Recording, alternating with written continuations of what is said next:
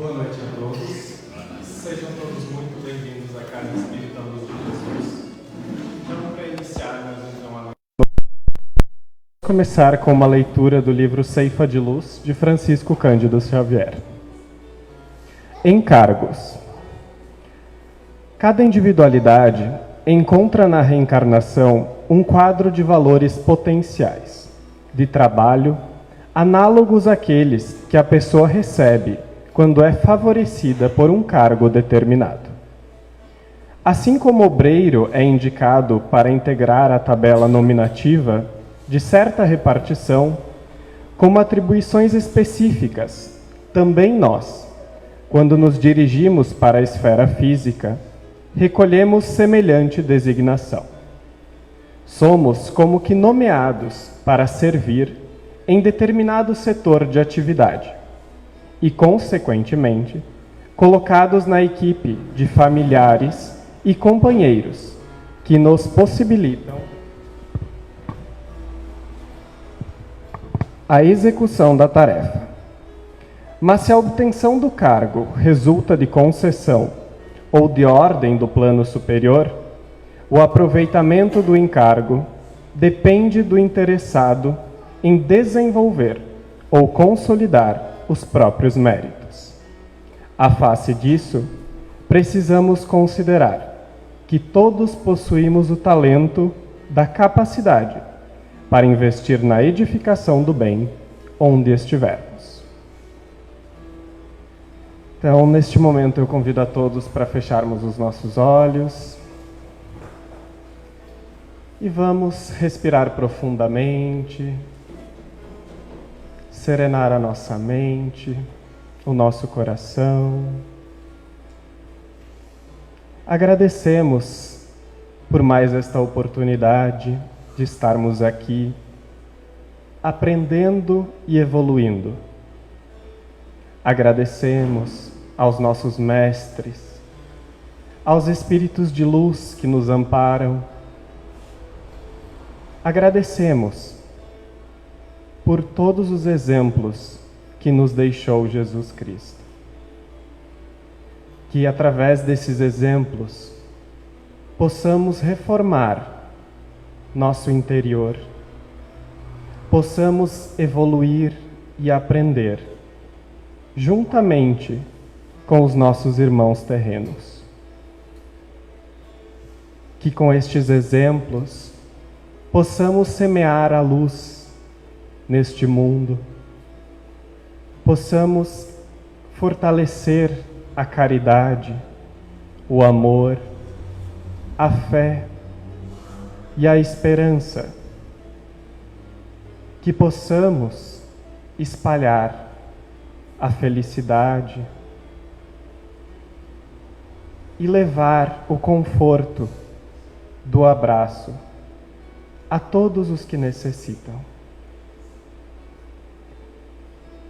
Que todas as pessoas sintam-se acolhidas e que possam também, assim como nós, ter as oportunidades de crescimento e evolução. Por isso tudo, Senhor, nós vos agradecemos. Que assim seja. Nesta noite, então, temos a nossa colega Cláudia Curiolete, do Grupo GEAC. Seja muito bem-vinda, Cláudia.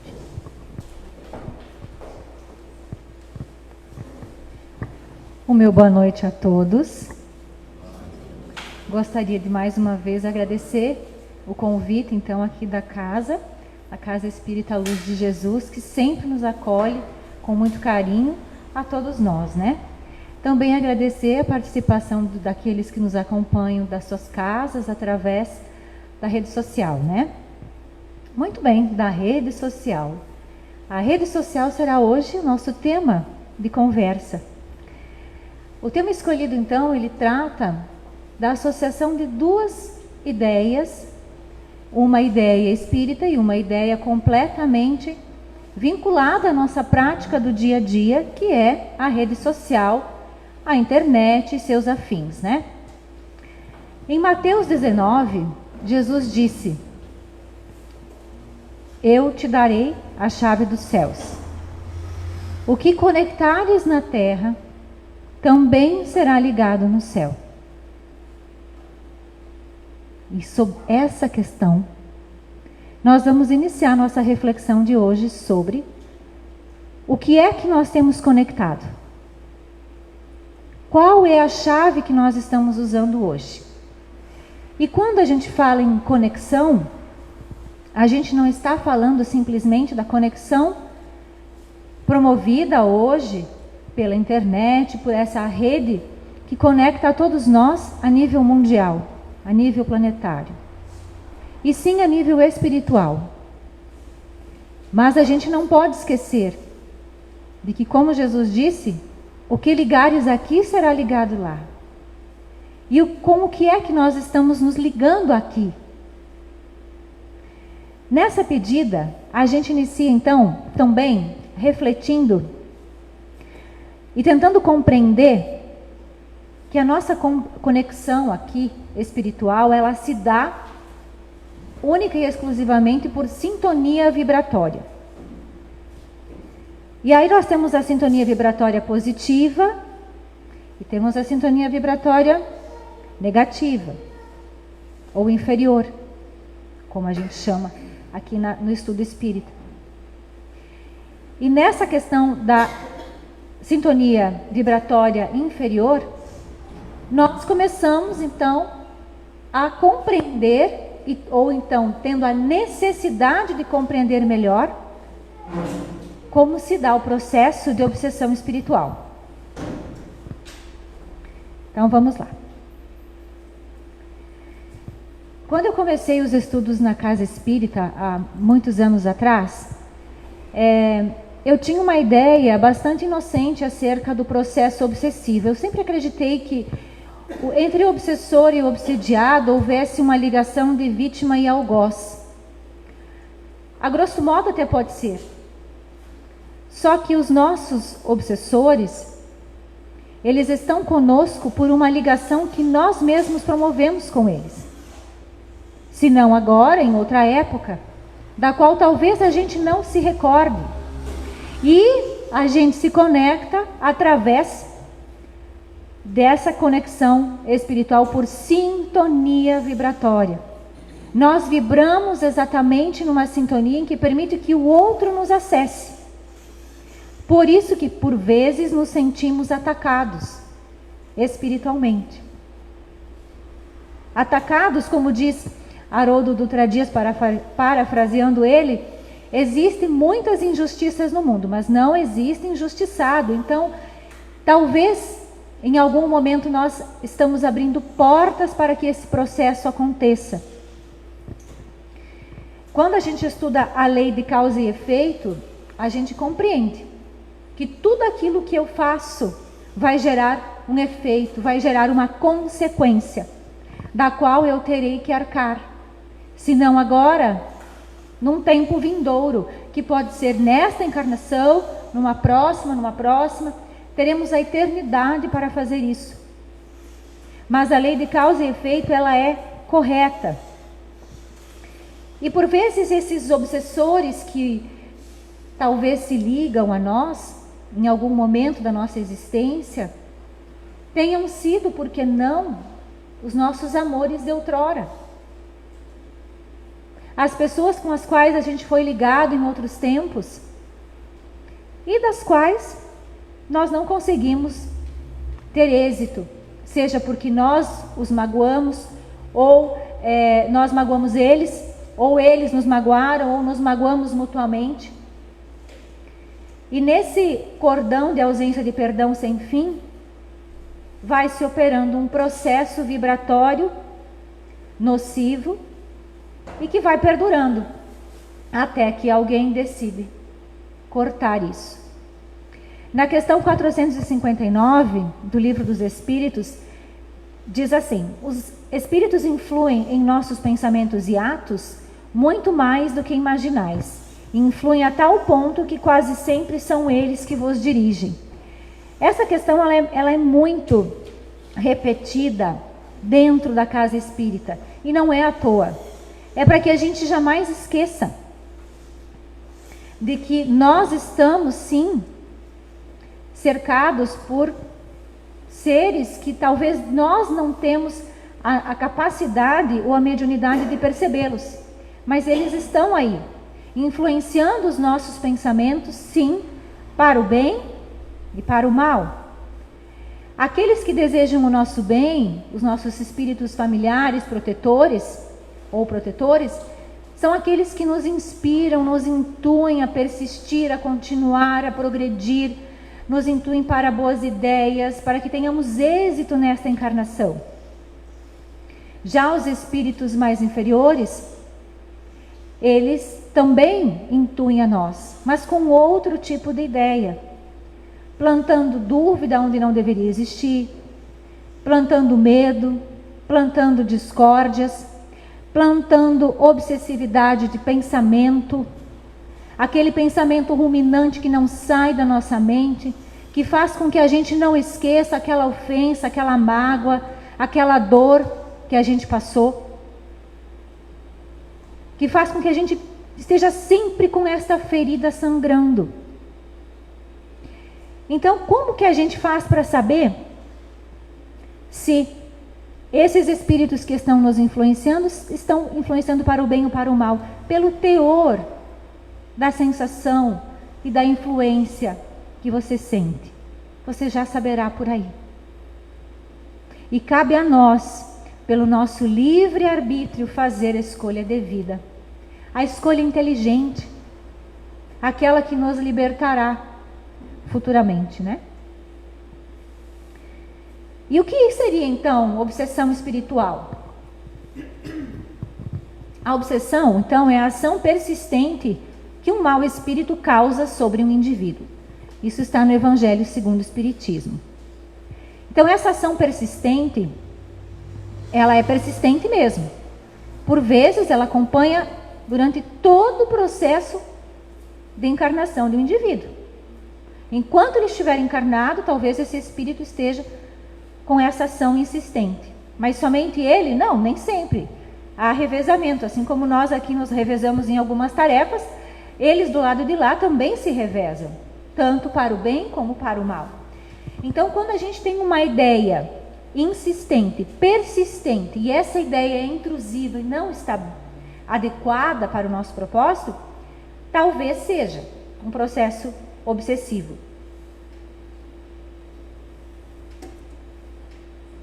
E a obsessão ela pode acontecer de algumas formas distintas.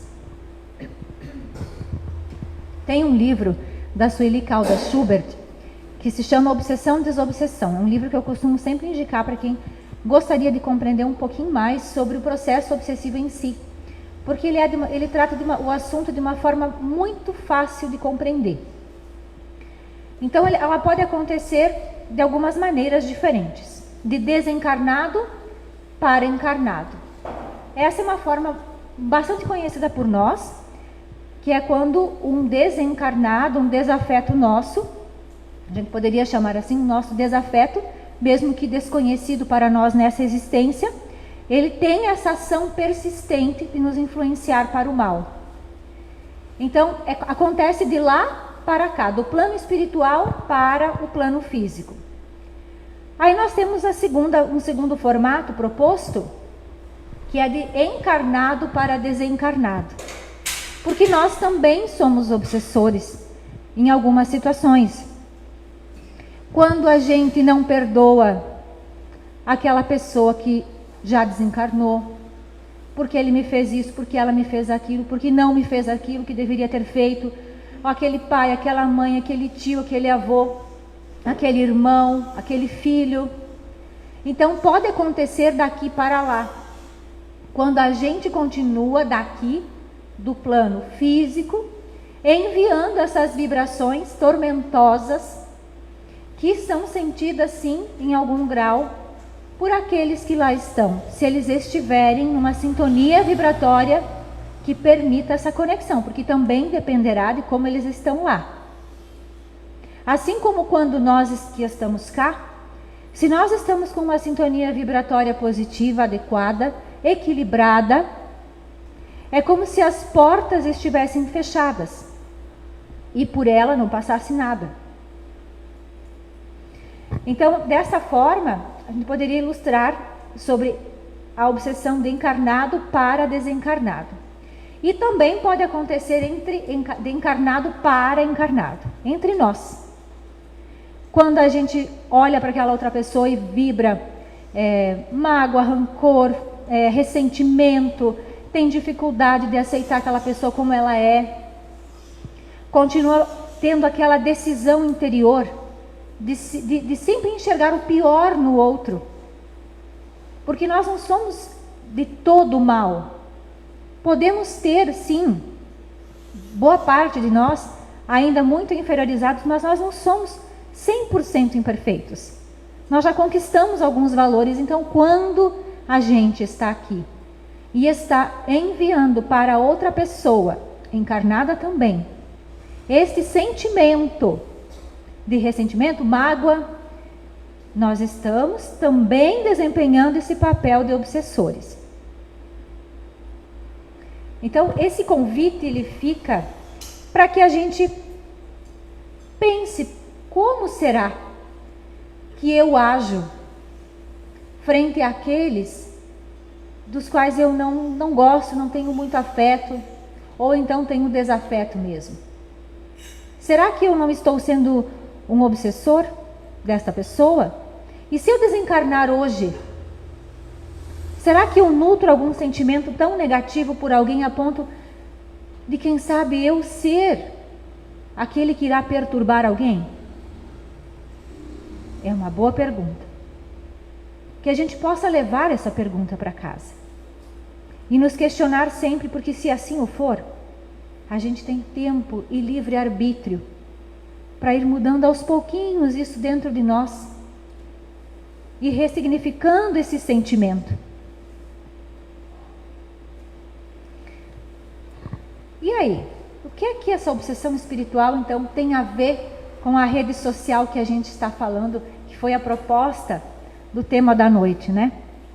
Será que é possível que através da rede social exista obsessão espiritual?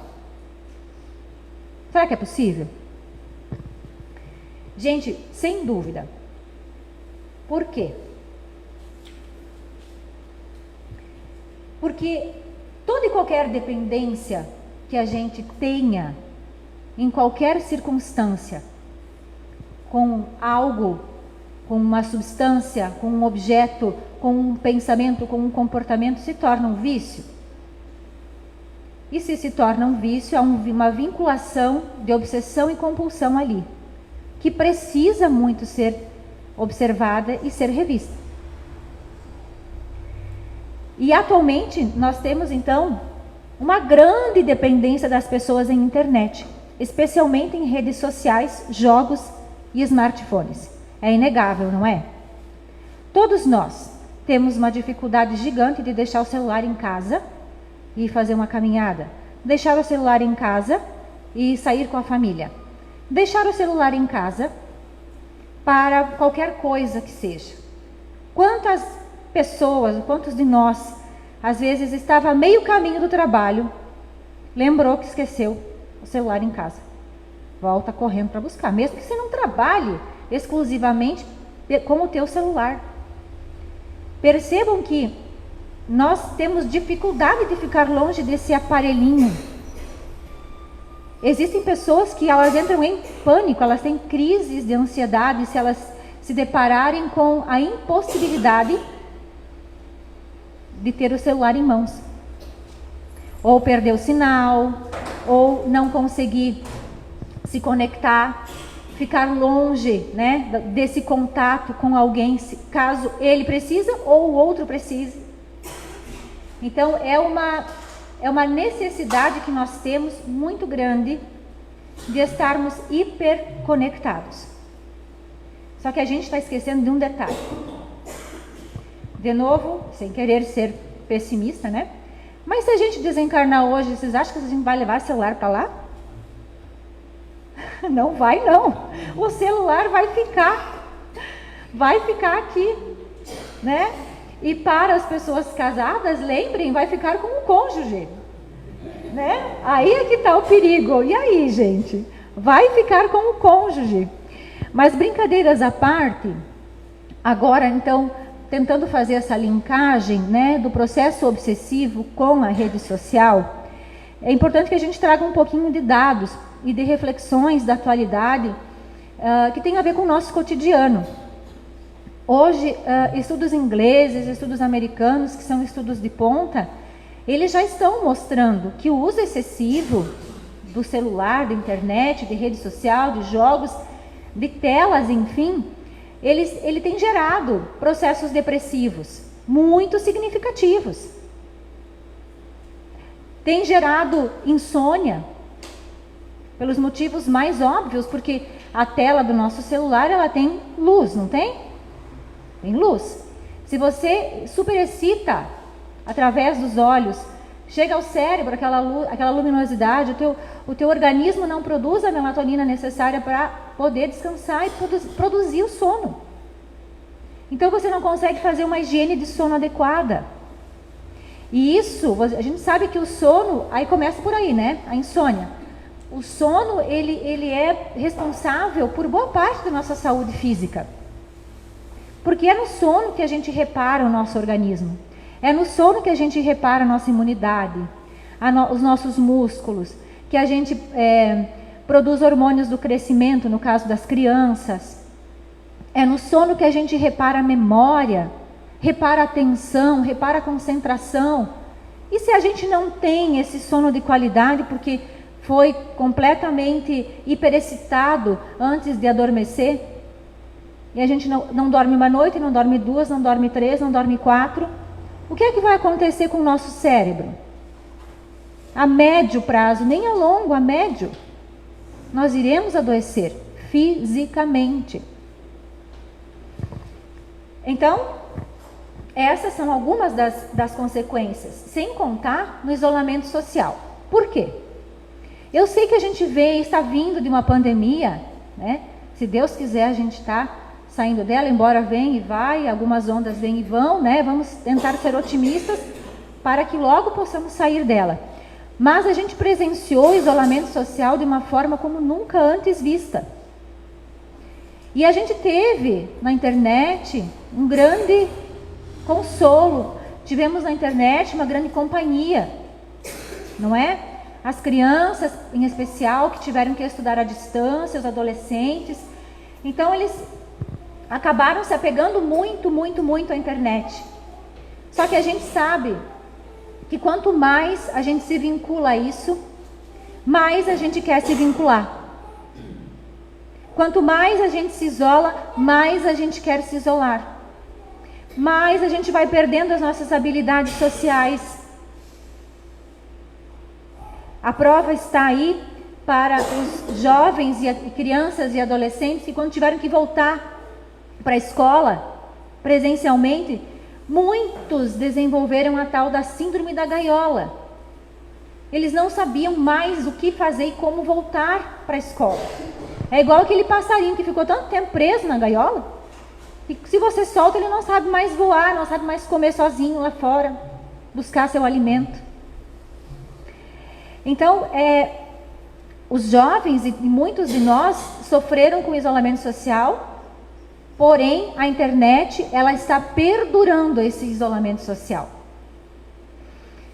Nós temos também sintomas de solidão, porque à medida em que a gente vai se isolando, já ficando mais sozinho, vai se sentindo mais solitário. Vem aquele sentimento de amargura, que aí como a gente diz, é um gatilho para puxar outras questões. Nós temos a questão da inveja, da comparação. Por quê?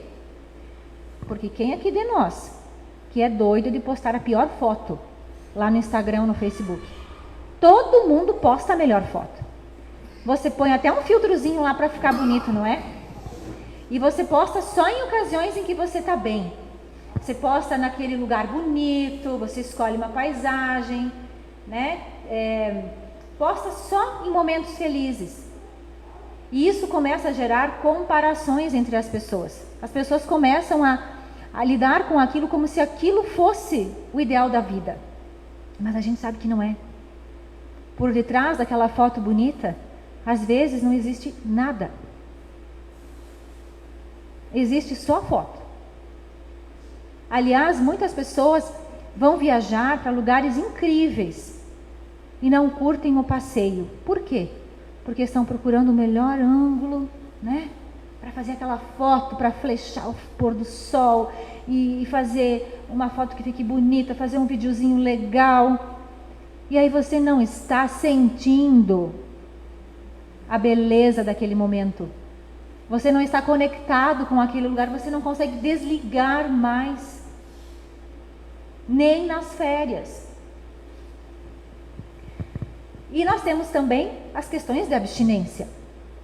A gente sabe que hoje crianças pequenas, adolescentes, adultos viciados em jogos estão tendo síndrome de abstinência semelhante à síndrome de abstinência de drogas. Porque as áreas cerebrais são as mesmas. São exatamente as mesmas. Então há um comportamento de agressividade. Quando você entra com a proibição, por exemplo, ao seu filho para que ele seja determinado um horário, daqui até ali. Quando chega o final e você desliga o computador dele, que foi o combinado, vocês combinam, o adolescente fica agressivo, a criança fica agressiva, começa a gritar com os pais, bate, quebra tudo. síndromes de abstinência. E a gente não está percebendo isso. Isso é muito comum, infelizmente. Sem contar, gente, com a pornografia. Quem tem filhos precisa ter um diálogo muito aberto com eles com relação a isso. Hoje, estima-se que 90% dos adolescentes têm contato, os primeiros contatos com a sexualidade através da pornografia.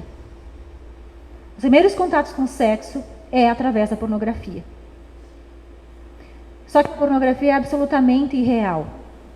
É algo simulado, é um teatro em que existem inúmeras pessoas nos bastidores orientando e fazendo aquilo acontecer de uma maneira mecânica, sem conexão. E a pornografia também se torna um vício. Vocês ficariam assombrados se vocês soubessem a quantidade de pessoas que procuram os psicólogos, psiquiatras, para tratarem a dependência à pornografia. Porque começa, gente, com uma espiadinha. Depois uma espiadinha não dá mais, não é mais suficiente. Você precisa de 2 espiadinhas. Daqui a pouco meia hora, daqui a pouco 1 hora. E tem pessoas que passam 8 horas seguidas assistindo pornografia, porque aquilo não basta mais. A satisfação, ela precisa aumentar. Aliás, para encontrar a satisfação, você precisa aumentar a frequência de uso e a intensidade. Assim como qualquer droga. Por exemplo, o vício em cocaína é exatamente igual. Começa-se com uma quantidade e vai se aumentando. A dependência alcoólica é igual. Começa-se com um inocente copinho, só no final do dia para relaxar. E aí quando você vê, aquele copinho não satisfaz mais. Aí você começa a criar desculpas sociais para sair para beber. Então, a dependência por pornografia também é algo muito comum hoje. Pornografia virtual, né? Aí nós temos a traição virtual. Essa dá pano para manga. Quantos casamentos desfeitos, quantos vínculos de confiança entre casais ficam abalados por conta da traição virtual. Ai, mas é só um flertezinho, é só uma conversinha à toa. Imagina, eu nem encostei naquela pessoa, foi só uma conversa. Mas o que é a traição? Traição não é somente você ter contato físico com o objeto da traição. Traição é quebra de confiança. Eu dizia esses dias sobre esse mesmo tema lá no GEAC que a questão para que vocês possam testar essa questão da traição virtual é: como é que você se sentiria? Ou melhor, pensem como é que o seu cônjuge se sentiria se ele estivesse sentado ao seu lado enquanto você estivesse conversando virtualmente com alguém. Se aquela pessoa se sentisse desconfortável, é necessário um repensar dessa atitude. Um outro problema que a gente precisa rever com a questão da internet, que está passando muito batido hoje em dia, é a questão da pedofilia. Então os pais, eles não se preocupam muito com esse detalhe, deixam o celular com o filho, a criança fica tão calminha lá, né? É tão hipnótico, eles ficam hipnotizadas. É um sossega-leão. Só que o inimigo está aí atrás da tela. Hoje a rede de pedofilia, ela é tão bem articulada, porque por detrás dela não existem pessoas ignorantes não, viu? Existem pessoas de alto calão ali. E nós precisamos olhar pelos filhos, pelas crianças que não conseguem discernir. Porque numa inocente conversa, daqui a pouco aquela pessoa pede uma foto. E como isso acontece aqui na nossa cidade. Só que quando chega para o consultório, já chega em dor. porque os pais não perceberam antes, porque a criança não percebeu antes. Aí as famílias não querem proceder denúncia, porque vai expor muito aquela criança. Enfim, o estrago já está feito. Então se cercam hoje as casas com muros altos, com câmeras de segurança, todo um sistema de alarme. Mas aí você entrega um smartphone para uma criança, para um adolescente, que ainda não tem a maturidade cerebral para conseguir distinguir alguns perigos. E não adianta cobrar que ele tenha, ele não vai ter. A gente sabe que neurologicamente a criança se apoia, porque a questão do córtex frontal ainda não está plenamente estruturada. Então se apoia no sistema límbico, que é de impulso. É como se o juízo ainda não estivesse completamente articulado nessa criança e nesse adolescente. Então quem é que tem que ser o juízo dessa criança ou desse adolescente? Os pais, os adultos que aí estão, que vão dizer, olha, é agora que terminou. Nós vamos combinar que vai ser X tempo por dia e pronto. Mas não adianta cobrar do filho para que ele saia e esperar que ele tome essa atitude por conta própria. Porque se a gente for olhar, quando a gente começa a olhar um videozinho lá, a gente olha 1, a gente olha 2, a gente olha 20 e a gente fica 2 horas e parece que passou 2 minutos. Eles não vão conseguir ter essa destreza de saber que tem que sair por conta própria. Então, pais, ajudem esses filhos a lembrar dos horários, a relembrar eles dos perigos, a estar com eles nessas situações. Foi feita uma pesquisa de rua, uma experiência, na verdade, em que foi colocado algumas crianças brincando na praça com os pais ali por perto, e essas crianças já tinham sido previamente orientadas pelos pais para não aceitar sair com estranhos. Elas, inclusive, antes de irem para aquela praça, os pais reforçaram o cuidado. Olha, se vier alguém pedir para você sair, não saia. O que aconteceu? Os pais estavam combinados com o agente da pesquisa, óbvio, né? Mas deixaram as crianças brincando por ali. Esse estranho contratado, né? Apareceu com um cachorrinho na coleira, perto da criança. A criança correu para brincar com o cachorro. Em menos de 2 minutos, a criança estava saindo com o estranho pela mão. Por quê?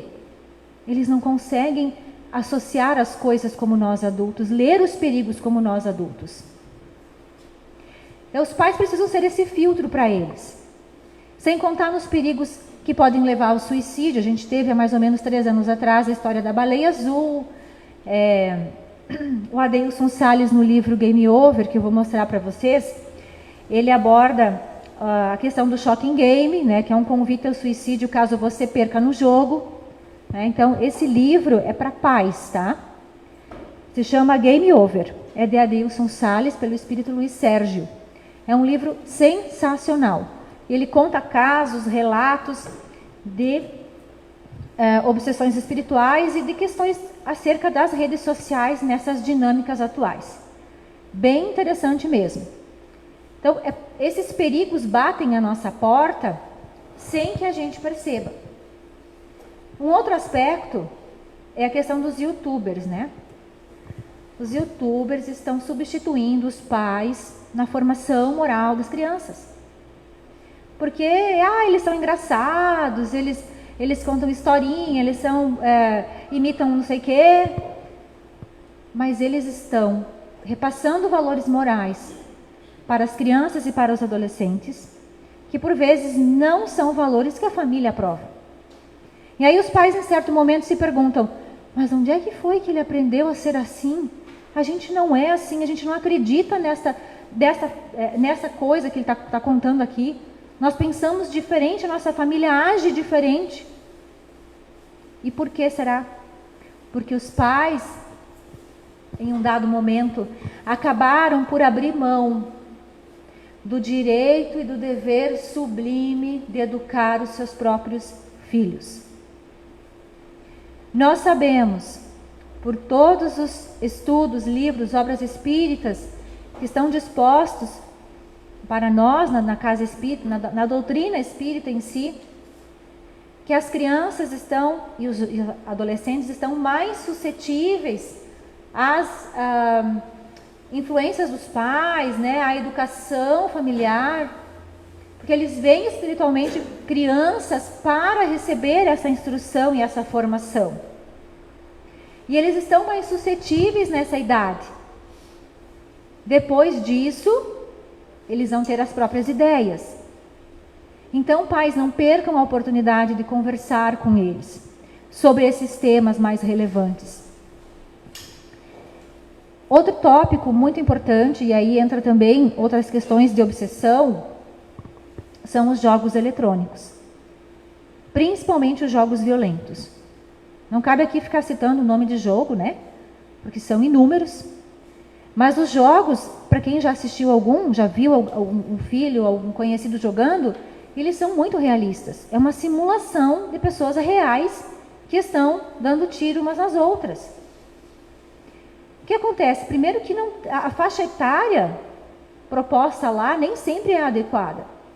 Porque jogo violento assim, nem para maior de 18, mas lá tem jogos indicando que pode jogar com 14 anos, com 16 anos, jogos violentos. E aí o que tem de mal nisso? É só um joguinho, gente, é só na tela. Há uma dessensibilização do cérebro para o sofrimento humano. Uma vez que você mata 1, mata 2, mata 10, mata 20, mata 300 pessoas ou mais no jogo, você ganha o jogo. Você viu aquelas coisas explodindo no corpo do inimigo morto? Aquilo é tão real que quando você vê alguém sofrendo de verdade, não tem impacto nenhum para você. Dessensibilizou a tua empatia.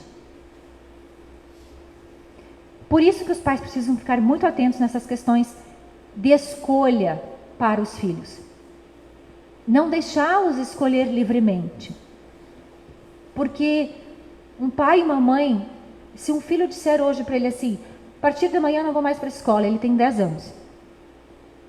Eu não acho importante estudar. Não vou mais estudar. Vocês acham que ele tem maturidade para decidir isso? Não tem.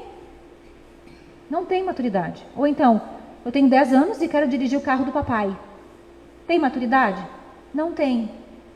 Algumas coisas a gente permite que os filhos escolham à medida em que eles vão adquirindo idade e maturidade. E outras coisas só quando adquirirem aquela maturidade. Por isso que se sugere que os pais repensem sobre isso, né? E eles ficam hipnotizados na frente da tela. Os pais às vezes dizem, meu Deus, mas o meu filho fica grudado lá. Se eu tiver que chamar ele para jantar, e não adianta eu chamar, Pedrinho, vem jantar. Eu tenho que ir lá e bater nas costas dele. E dizer, vamos jantar. Aí eles tomam um susto, parece que despertam de uma hipnose. E quando Kardec e os imortais colocam naquela primeira questão que a gente abordou na tela inicial, de que tem a questão da obsessão espiritual, que nós somos muitas vezes guiados por esses espíritos, lá não diz assim, nós somos guiados por eles a partir dos 18 anos. Nós somos guiados por eles desde que nós decidimos reencarnar, ou seja, muito antes de nós reencarnarmos. Por isso o processo obsessivo acontece. E sabe por que ele acontece com a rede social? Porque a rede social, a internet em si, o jogo é um instrumento. Pensem no bisturi do médico. Não é um instrumento que o médico usa? A enxada não é um instrumento? A internet também é. Então, na mão certa, na mão de um jardineiro, a enxada vai fazer maravilhas. Na mão de um assassino, nem tanto. O bisturi na mão do médico vai salvar uma vida. Na mão errada, não precisa se dizer. A internet, gente, é a mesma coisa. que a gente possa olhar para a internet exatamente como ela é, e não mais do que isso. Ela é só um instrumento. E a gente precisa lembrar para nós mesmos quem é que manda em quê. Quem manda em quem ali? Ou eu domino ela, ou ela vai me dominar. Só que se ela me dominar, aí eu já não sou mais dono de mim. Aí eu já permiti que aqueles obsessores, os amores magoados de outrora, que eu causei esse estrago, eu estou abrindo não só uma janela, eu estou escancarando a porta, derrubando a parede para que eles entrem. Porque eu estou dando para eles, na mão deles, o instrumento que eles precisam para destruir a mim ou a minha família.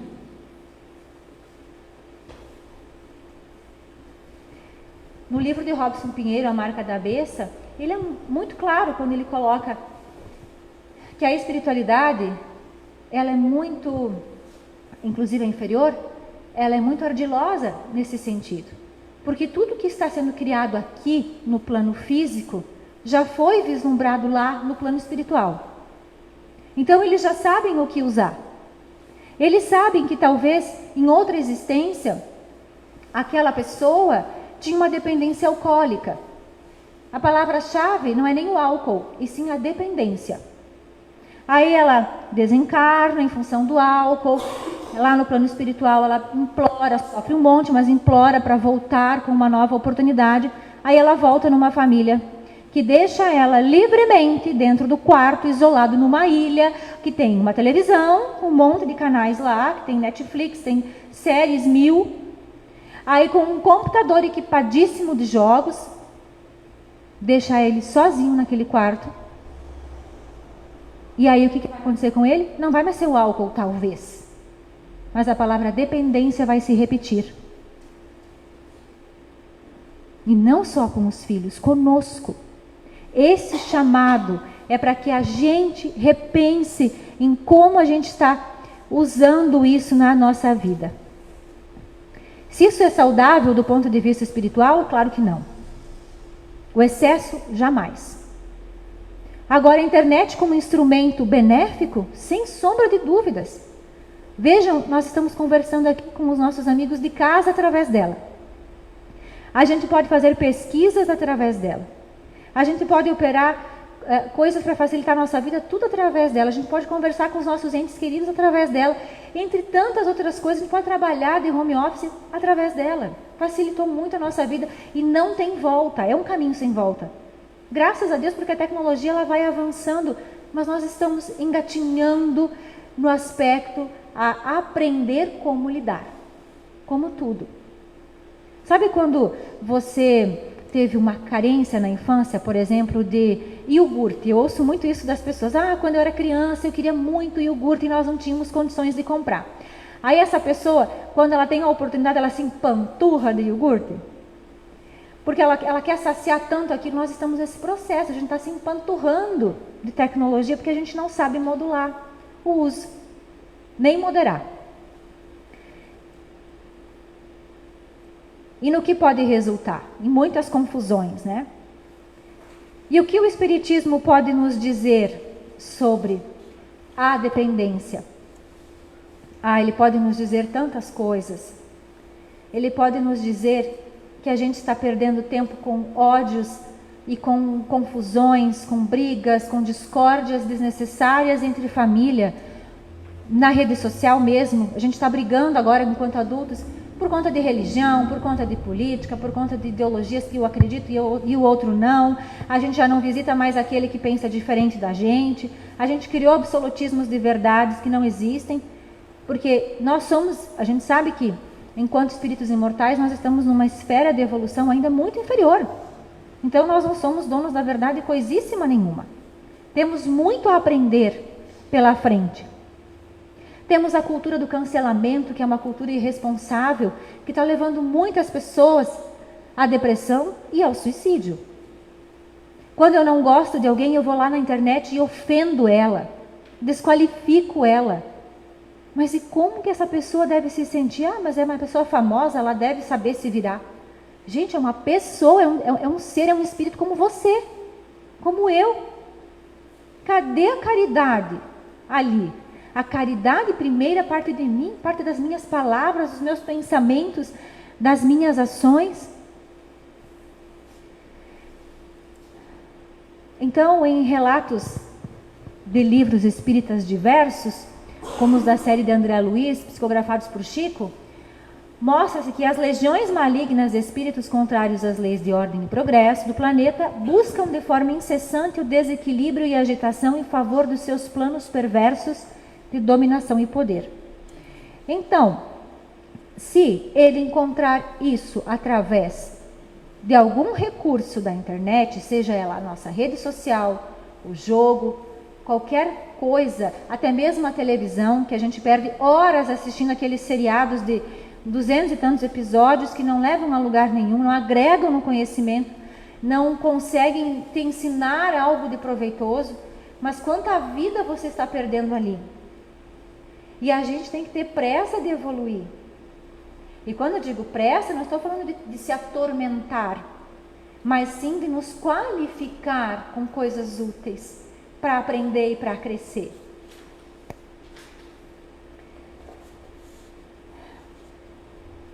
E, por fim,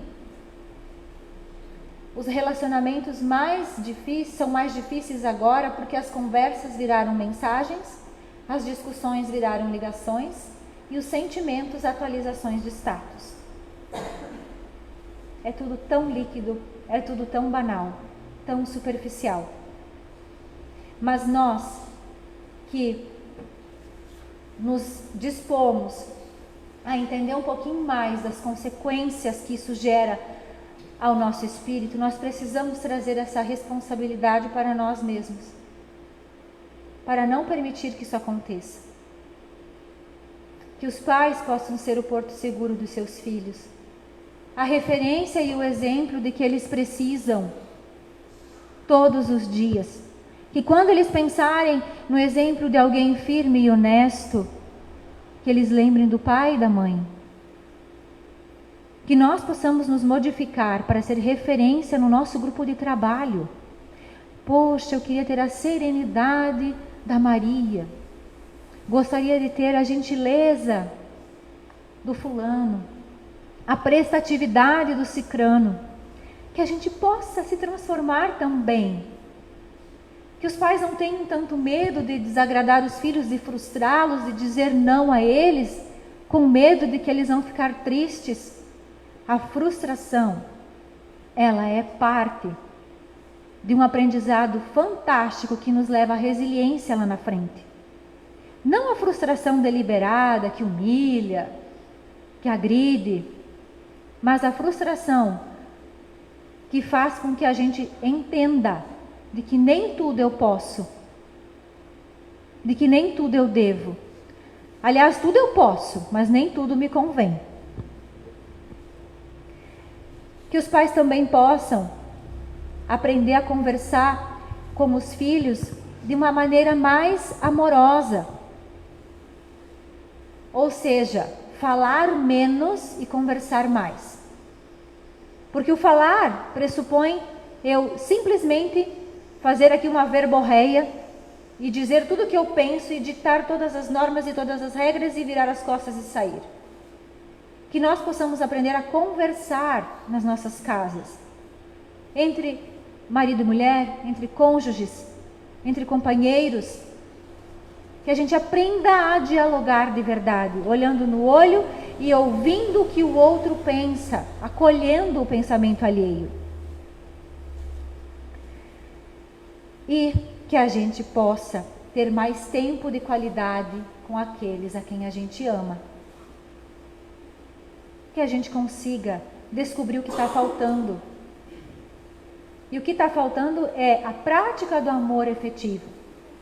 É o amor das 5 linguagens, né? É o toque de carinho, é a palavra que edifica, são os gestos de gentileza, é o tempo de qualidade que eu posso passar com o outro, estando de corpo, alma, espírito presente ali.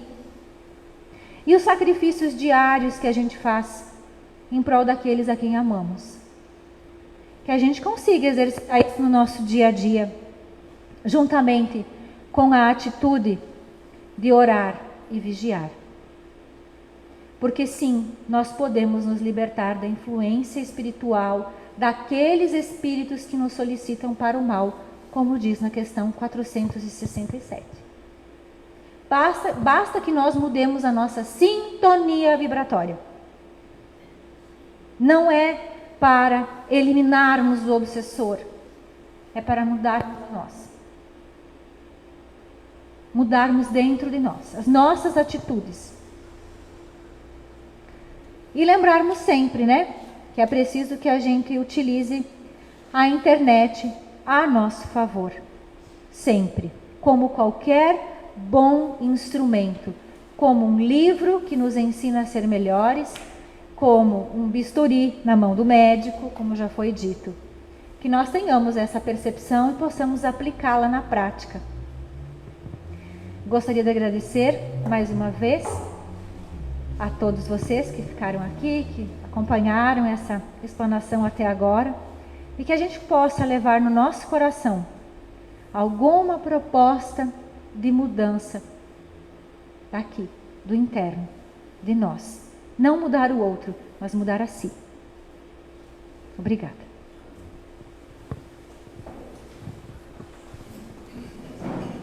Obrigado, então, Cláudia, por essa incrível explanação dessa noite.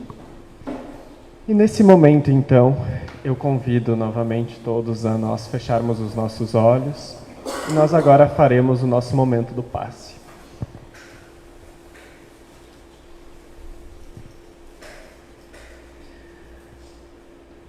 Pai de amor e sabedoria, digna-te abençoar os filhos da tua casa terrestre, que vão partilhar contigo, neste momento, a divina dificuldade criadora. Senhor, faze descer por misericórdia a tua bênção neste ninho afetuoso, transformando em asilo de reconciliação.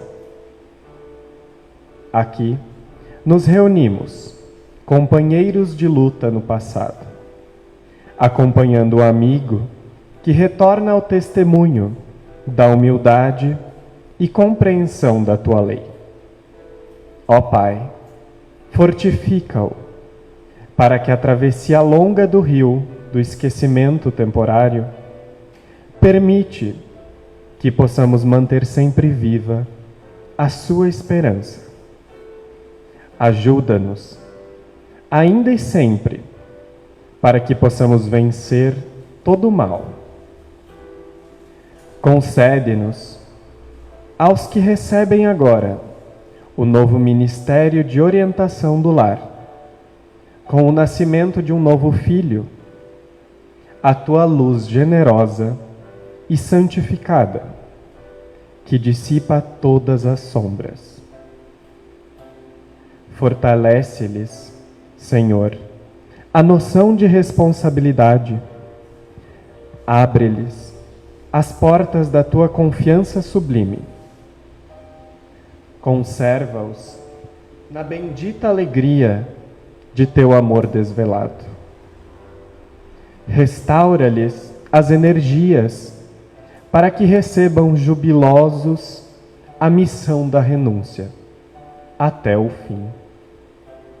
Santifica-lhes os prazeres para que não se percam nos despenhadeiros de fantasia. Este, Senhor, é um ato de confiança de tua bondade infinita, que desejamos honrar para sempre. Abençoa, pois, o nosso trabalho amoroso e, sobretudo, Pai, suplicamos a tua graça para a nossa irmã maternidade. Acima de tudo, porém, Senhor, seja feita a tua vontade em todos os recantos do universo e que nos caiba, a nós, humildes servos do teu reino, a alegria incessante de reverenciar-te e obedecer-te para sempre.